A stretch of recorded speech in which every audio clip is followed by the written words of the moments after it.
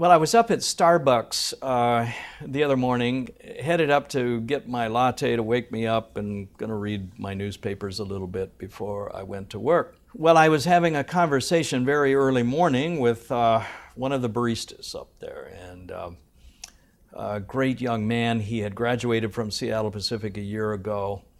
He was working up there for a year prior to moving on to seminary. And actually, he had gotten married recently, and his wife was actually going to graduate school as well, and they were both in the process of applying for graduate school. And so it was cool. It was a very good conversation, and I saw him often, and we were carrying on. And all of a sudden, for whatever reason, the conversation, he bursts out and he says, "I don't text message." And I said, "Oh, really?" I said, "How come? I thought everybody your age text messages all the time." I heard somebody say the other day, "Oh, students are no longer doing email, they're texting, and so email's passe." And he said, "Well, I don't text message." He said, "I refuse to write that way."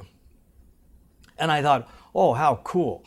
One of my graduates is pushing back on the grammatical incorrectness and the too succinct and the too clipped style of text messaging, and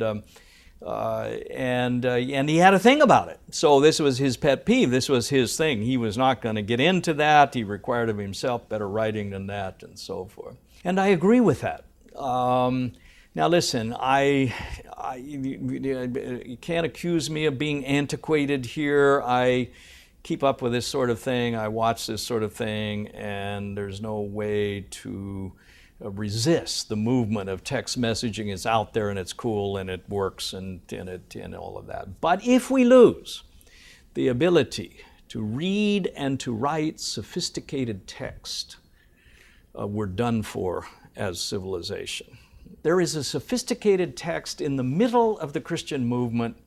There is a sophisticated text in the Constitution of the United States, and the United States will no longer exist if we lose the ability to read and write that kind of text.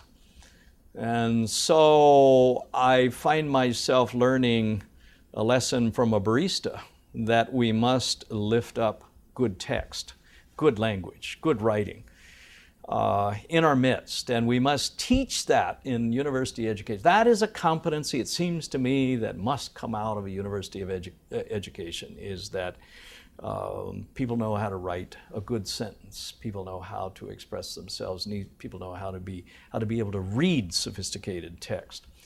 That's a deep conviction of mine, and I stand by it.